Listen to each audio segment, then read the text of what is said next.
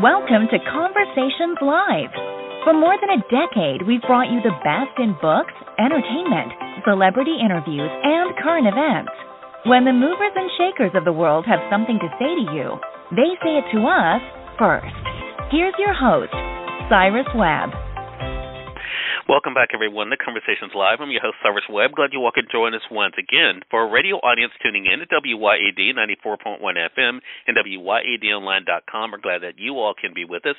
Also tuning in to our online affiliates, including iHeartRadio and Amazon Music. We're glad you all could be with us as well. If you're looking for something that inspires you and reminds you of what's possible in your life despite your circumstances, I think you guys are going to really enjoy this next segment. We're excited to welcome author Celeste L. Edmunds to our broadcast today. She's someone that's also known as the executive director of the Christmas Box International. Her book, Garbage Bag Girl, is one that is already impacting lives, being able to share not only her own personal journey, but also reminding us all of what's possible, no matter how dark the situation may seem, how we can always be able to lean into the light. We're going to talk to Celeste not only about the sharing of her story, but also what it's been like for her to see the impact it's making, and also her continued mission to help others as well. Celeste, thank you again for the time. Really do appreciate it. Thank you, Cyrus. Thank you for having me. The pleasure is definitely all mine. When I first heard about this book, Celeste, I was really excited about the opportunity to speak with you. I want to begin by talking about the response. The book came out at the end of last year. What has it been like for you to see the way that people are connecting to you and your story? It's quite humbling, honestly, and it's inspiring that it is hopeful. I wasn't sure how people would feel. It's quite graphic in the beginning. It does have a happy ending if you get through that part, but right. It is that. So I wasn't sure how it would resonate with people. And I've just had such an overwhelming response of people thanking me that had been in the system for sharing our story. And it really has brought recognition to the fact that we have about 500,000, 500,000 children in the foster care system at any given time in the U.S. And they're people that get forgotten, right? They're children whose voices are no longer heard, that we think, oh, they're in the system, somebody's taking care of them. And the reality is maybe not, we don't know. Oftentimes many of these children have the same experiences that I had, and that happened to me 40 years ago. So right. We know that it's still, happening, and we know that kids are still feeling like they don't have those voices. They're just little people, and they're told, get what you get, be grateful for what you get. If you're an older child over the age of 4, oftentimes the message is, you're very hard to adopt out. You're going to be very difficult to place. People want babies. They don't want older children. And these are human beings. This isn't their fault that this happened. So it's really just been great to bring an awareness from that perspective that these little kids and these young adults still exist, and they still matter, and they want the same things as every other child wants. Yeah. I want to talk about what you just said, Celeste, and that is about worth and value, because I think so many people, those are some of the things that we all grapple with, but as you mentioned, especially children that are in difficult circumstances that are outside of their control do. What has it been like for you to look at the cover of your book and to look at that little girl and to be able to say to her that you matter? I do appreciate you bringing that up, because Garbage Bag Girl, the title of the book, more significant than that.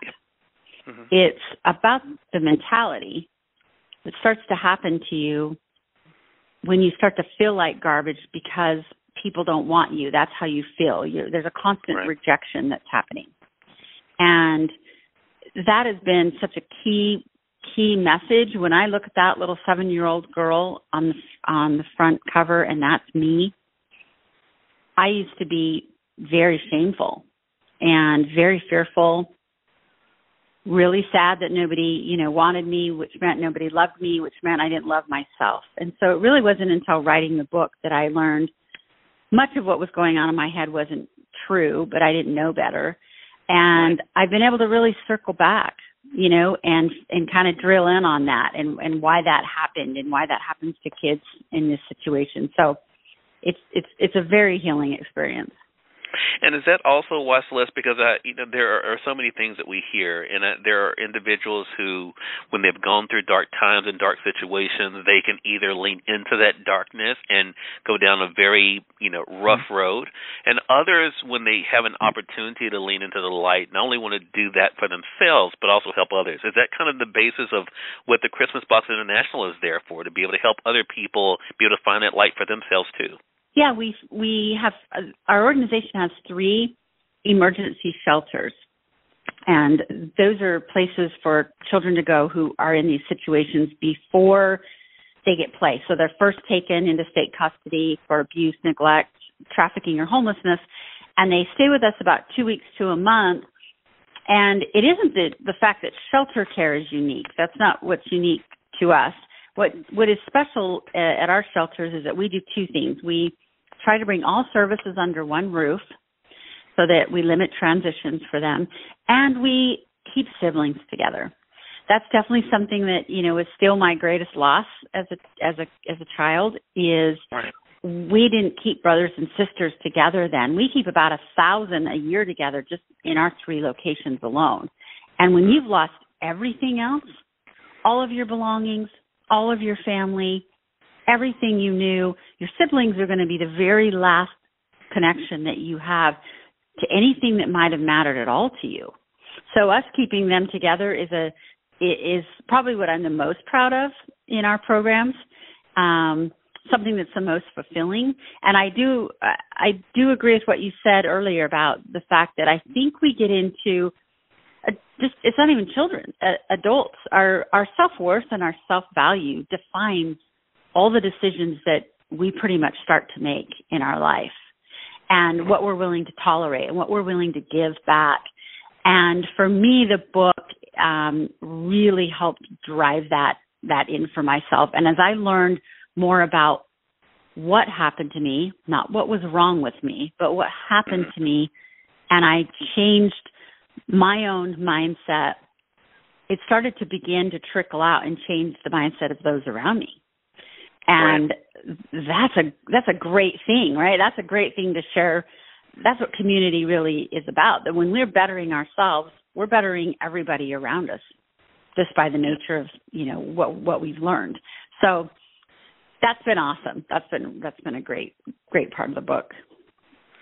Celeste, you mentioned at the beginning of our conversation here, and we're going to let our audience know, of course, how they can get the book for themselves, but you mentioned something interesting, and that is a lot of times when we hear about children that have been put in foster care, the foster care system, we think that that's normally, that means everything's going to be okay. So I'm curious then, for yourself, as you kind of think about not only Chorus, the foster care system, what do you hope that those who are a part of that system, what do you hope they get from your book that they can be able to better appreciate as well, either about the work they do or those that they take in? Well, for the kids, it's a message that their voice matters, that what happened to them isn't their fault, and very much that they matter. For those that are helping children, I recognize now, being in the nonprofit sector, how truly complicated child welfare is, how difficult those jobs are. They're very understaffed, very underpaid as a system. The amount of children that they have to take just increases, and so I understand that is hard. But I think when we're in a system, and a system's not designed to raise children, people are designed to raise children, communities are supposed to raise children. So when we get caught into the system and the rules and what we can do and what we can't do, I say, can we pause for a minute and remember that these are kids. Yeah. These just aren't, people we're running through a program. These are kids who, regardless of the why we chose to remove them as a system out of their home, we still took them away from any normalcy that they ever knew. And in return, it's okay to pause and have empathy as we're creating a new structure for them, and remember that they're like every other child in the way that they still need to be heard. They still want the same things that other kids want. They still want new things. They still want their voice to matter. And I think it's easy to get caught in a system and just forget those things.